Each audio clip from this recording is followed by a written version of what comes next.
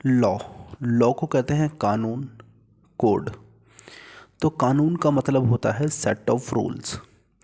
इस कानून के दायरे में जो समाज होता है वो बंधा हुआ होता है, यानी कि समाज के जो एक्शन होते हैं और उनका जो व्यवहार होता है, बिहेवियर होता है, वो बंधा हुआ होता है। नियम जो होता है समाज में रहने वाले व्यक्तियों के बिहेवियर और एक्शन पर रोक लगाने के लिए बनाए जाते हैं। लॉ का जो उद्देश्य होता है यानी कि ऑब्जेक्टिव, वो है सुरक्षा, उत्तरदायित्व, नैतिकता और समानता। इंग्लिश में प्रोटेक्शन, रिस्पॉन्सिबिलिटी, मोरालिटी और इक्वलिटी। सबसे जो बड़ा लॉ है यानी कि सुप्रीम लॉ है वो है कॉन्स्टिट्यूशन। एक एक्ट बनाया गया था, आईटी एक्ट 2000, सेक्शन 66A। ये जो नियम है, ये जो कानून है, इसको बैन कर दिया गया है आईटी सेक्शन 2000 को, क्योंकि ये फ्रीडम ऑफ स्पीच का उल्लंघन करता था। इसीलिए सुप्रीम कोर्ट ने इस कानून पर प्रतिबंध लगा दिया। अब आता है भारतीय दंड संहिता, इंग्लिश में कहते हैं इसको इंडियन पिनल कोड, और ये बनाया गया था 1860 में। भारतीय दंड संहिता जो है वो एक मौलिक विधि है। जैसे भारतीय दंड संहिता है, ठीक उसी तरह है दंड प्रक्रिया संहिता यानी कि कोड ऑफ क्रिमिनल प्रोसीजर। ये बनाया गया था 1973 में। अगर किसी कार्य को करने के पीछे का इंटेंशन मैलाफाइड यानी कि गलत हो तो वह अपराध कहलाता है। तो भारतीय दंड संहिता में कौन सा कृत्य यानी कि कार्य अपराध का सृजन करेगा यानी कि अपराध कहलाएगा, और उस अपराध की दंड की मात्रा कितनी है। अब इसमें से पहला पढ़ते हैं आईपीसी सेक्शन 375। 375 है चोरी की परिभाषा। यदि कोई व्यक्ति किसी अन्य व्यक्ति की चल संपत्ति को उस संपत्ति के स्वामी की इजाज़त के बिना वहाँ से हटा देता है तो चोरी का अपराध पूर्ण हो जाता है। जब कोई अपराध होता है तो दो पक्ष होते हैं, पहला पीड़ित और दूसरा अपराधी। तो लॉ एंड ऑर्डर को मेंटेन करने की जिम्मेवारी जो होती है वो पुलिस की होती है। तो पीड़ित पुलिस के पास जाता है।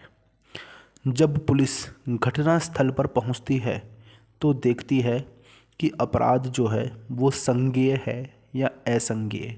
संज्ञेय को इंग्लिश में कहते हैं कॉग्निजेबल ऑफेंस। संज्ञेय अपराध यानी कि कॉग्निजेबल ऑफेंस ऐसा अपराध जिसमें पुलिस अधिकारी किसी अभियुक्त को बिना मजिस्ट्रेट वारंट के गिरफ्तार कर सकता है। जब अपराध संज्ञेय होगा तो पुलिस एफआईआर दर्ज करेगी।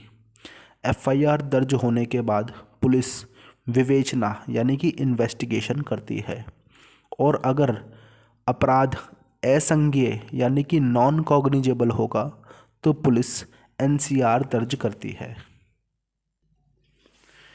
अब एक क्वेश्चन आता है कि क्या एनसीआर को एफआईआर में कन्वर्ट किया जा सकता है। तो ये एक एग्जांपल है, पुलिस द्वारा प्रथम दृष्टि से देखने पर कोई मामला मारपीट का लगता है, परंतु पुलिस द्वारा विवेचना करने पर यानी कि उस मामले की इन्वेस्टिगेशन करने पर पता चलता है कि यह एक सामान्य मारपीट नहीं अपितु मॉब लिंचिंग थी, और मॉब लिंचिंग जो है वो एक संज्ञेय यानी कि गंभीर अपराध होता है। तो पुलिस द्वारा विवेचना करने पर पता चला कि वो असंज्ञेय नहीं, क्या था, संज्ञेय अपराध था।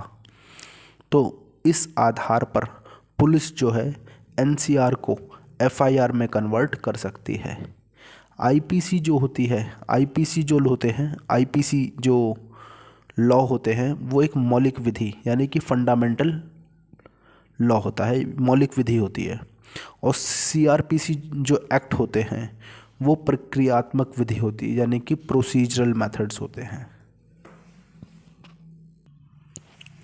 अब क्वेश्चन आता है, क्या एफआईआर को साक्ष्य यानी कि एविडेंस या गवाही में यूज किया जा सकता है या नहीं। और क्वेश्चन इस तरीके से भी बन सकता है कि क्या एफआईआर के साक्ष्यिक महत्व हैं या नहीं।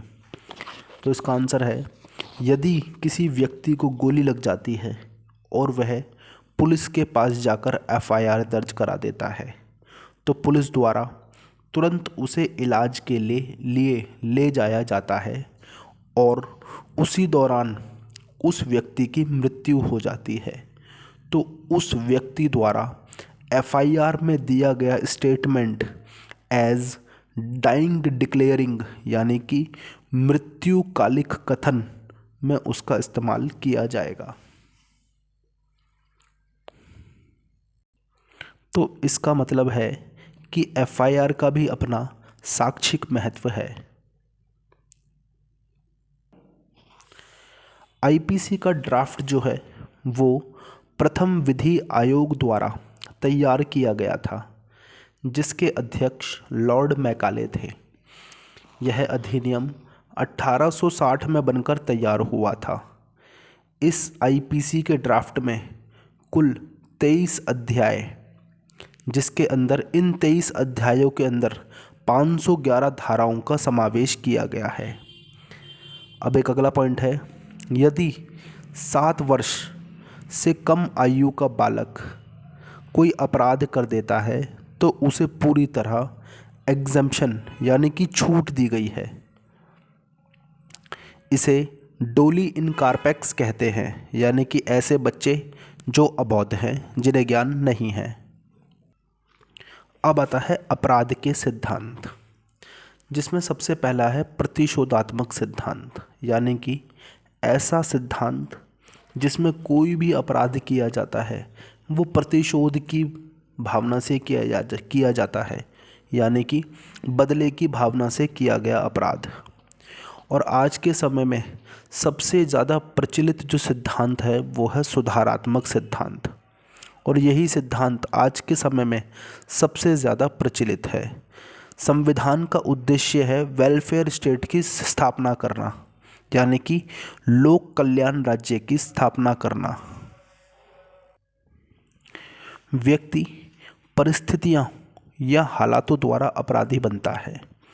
यदि उस व्यक्ति की परिस्थिति को ही वहाँ से हटा दिया जाए जिससे अपराध उत्पन्न हुआ था, तो अपराधी उत्पन्न ही नहीं होंगे। तो आज के समय सबसे ज़्यादा प्रचलित सुधारात्मक सिद्धांत है, ताकि अपराधियों को सुधारा जाए और समाज की मुख्य धारा से जोड़ा जाए। अब सबसे पहले पढ़ते हैं आत्मरक्षा का सिद्धांत, आत्मरक्षा का अधिकार। आत्मरक्षा में किसी व्यक्ति की हत्या हो जाती है तो वह व्यक्ति किसी भी अपराध के लिए दोषी नहीं माना जाता, क्योंकि यह एक साधारण अपवाद है। यदि किसी ने किसी व्यक्ति के ऊपर हमला किया तो कानून ने उस व्यक्ति को अधिकार दे रखा है कि वह अपनी आत्मरक्षा कर सकता है। अब आता है आत्मरक्षा का अधिकार। आत्मरक्षा का जो अधिकार है, इसके अंदर धाराएं आती हैं 96 से लेकर 106 तक, जिसमें शरीर के विरुद्ध, पागल व्यक्ति के विरुद्ध, कब यह अधिकार उपलब्ध नहीं होगा, या संपत्ति के विरुद्ध।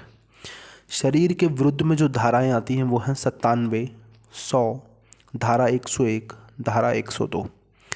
पागल व्यक्ति के विरुद्ध जो आत्मरक्षा का अधिकार है वो है धारा 98 के तहत। आत्मरक्षा का अधिकार जो है वो कब उपलब्ध नहीं होगा, उसमें है धारा 99। तो इसमें है धारा 97, 103, 104, 105। अब आता है धारा 96। इसमें कहा गया है कि आत्मरक्षा के अधिकार के प्रयोग में की गई कोई बात अपराध नहीं होती है। यानी यदि कोई व्यक्ति आत्मरक्षा के प्रयोग में कोई अपराध कर देता है तो वह अपराध नहीं माना जाएगा, परंतु इसको साबित करना भी उसी व्यक्ति को पड़ेगा जिसने इस धारा का प्रयोग किया है। अब आता है धारा 97। यह है शरीर और संपत्ति की व्यक्तिगत प्रतिरक्षा, यानी कि प्राइवेट प्रतिरक्षा। यानी कि हम अपने शरीर की या किसी अन्य व्यक्ति के शरीर की, अपनी संपत्ति की और किसी अन्य व्यक्ति की संपत्ति की को व्यक्तिगत सुरक्षा प्रदान कर सकते हैं, यानी कि उसकी प्राइवेट प्रोटेक्शन कर सकते हैं। अब आता है धारा 98। पागल व्यक्ति के विरुद्ध भी व्यक्तिगत प्रतिरक्षा का वही अधिकार होगा जो एक सामान्य और स्वस्थ व्यक्ति के विरुद्ध होता है। अब सवाल आता है कि क्या हमलावर भी प्रतिरक्षा के अधिकार को क्लेम कर सकता है, यानी कि राइट टू डिफेंस को क्लेम कर सकता है? तो इसका उत्तर है नहीं। हमलावर प्रतिरक्षा के अधिकार को क्लेम नहीं कर सकता, क्योंकि आक्रमण यानी कि अटैक जो है हमलावर ने किया, परिस्थितियां हमलावर के द्वारा निर्मित की गई, तो इस अधिकार का लाभ जो है हमलावर को नहीं मिलेगा। अब आता है धारा 99। धारा 99 कहती है कि किन परिस्थितियों में कोई व्यक्ति लोक सेवक की सहायता को प्राप्त कर सकता है। तो इसका आंसर है लोक सेवक की सहायता को प्राप्त करने के लिए जिस व्यक्ति के ऊपर हमला हुआ है उस व्यक्ति को प्रतिरक्षा के अधिकार का लाभ नहीं मिल सकता, क्योंकि अगर उस व्यक्ति को लोक सेवक की सहायता प्राप्त करनी है तो उस व्यक्ति को प्रतिरक्षा के अधिकार का इस्तेमाल जो है वो त्यागना पड़ेगा। अब आता है धारा 100। धारा 100 में कहा गया है कि शरीर की व्यक्तिगत प्रतिरक्षा में किन परिस्थितियों में हमलावर की मृत्यु की जा सकती है।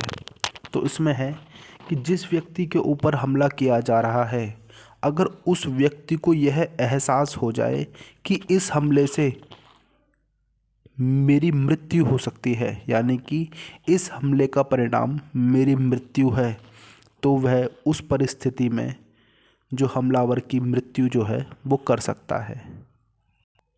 ये है धारा 100 का स्टेटमेंट।